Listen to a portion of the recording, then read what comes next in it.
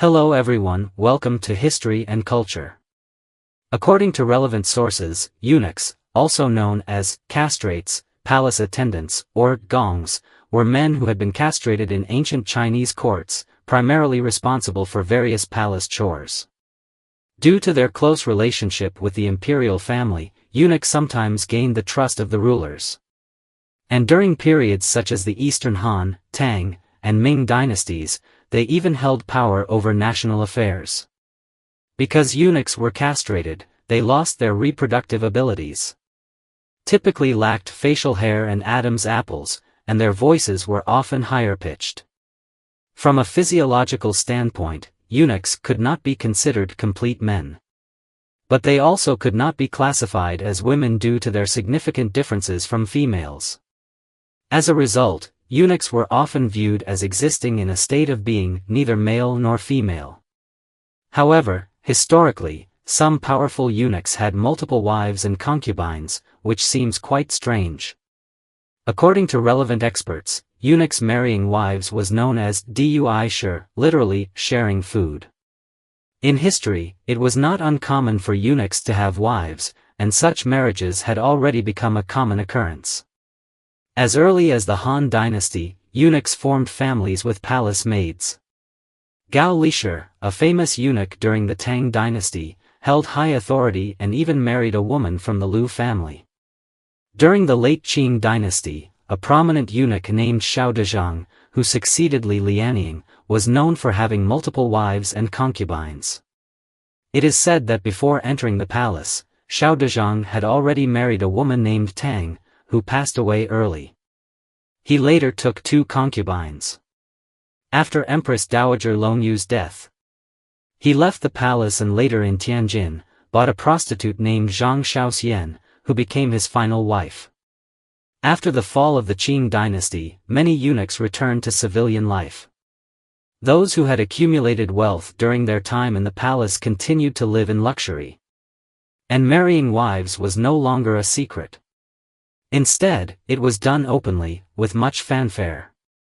Therefore, while the practice of eunuchs marrying wives and taking concubines may seem unbelievable to modern people, it remains an undeniable fact in history. This raises the question, what was the original intention behind eunuchs' actions of marrying wives and taking concubines? What were they trying to achieve? Some speculate that eunuchs' desire to marry and take concubines is driven by human physiological instincts. It is argued that, despite their inability to engage in sexual activity and lack of reproductive ability, eunuchs may still have a physiological desire.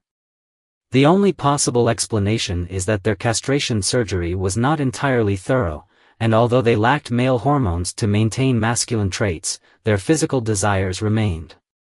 Marrying wives and taking concubines would thus fulfill a normal physiological need. Others believe that eunuchs' marriages and concubine taking were not solely driven by physical needs but also had deeper psychological motivations, especially after their material needs were met. First, we must understand that many eunuchs did not voluntarily become eunuchs but were forced into it. They were castrated at a young age, losing their physiological characteristics as men and thus unable to lead a normal family life. This led to a deep-seated desire within them to have a wife, children, and even grandchildren, to experience the joy of family life like ordinary men. To compensate for this loss, some eunuchs chose to marry wives or take concubines, or even adopt foster sons. Attempting to simulate the family life they never had and experienced the warmth and happiness of a family.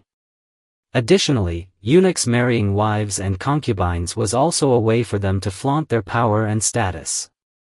In ancient society, eunuchs often held high positions of authority and wealth, allowing them to transcend physical limitations and pursue greater social recognition and respect. Marrying multiple wives and concubines became a means of displaying their power. By having multiple wives and concubines, eunuchs could demonstrate their noble social status and send the message, I have the ability to enjoy everything that ordinary people enjoy. Thirdly, eunuchs' marriages reflect the characteristics of the patriarchal society in ancient China.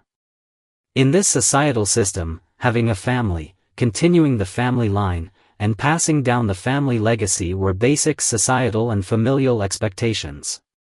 Even eunuchs, as individuals, were not exempt. Though eunuchs lost their ability to procreate, they often still sought ways, such as marrying wives or adopting sons, to fulfill the societal responsibility of continuing the family line.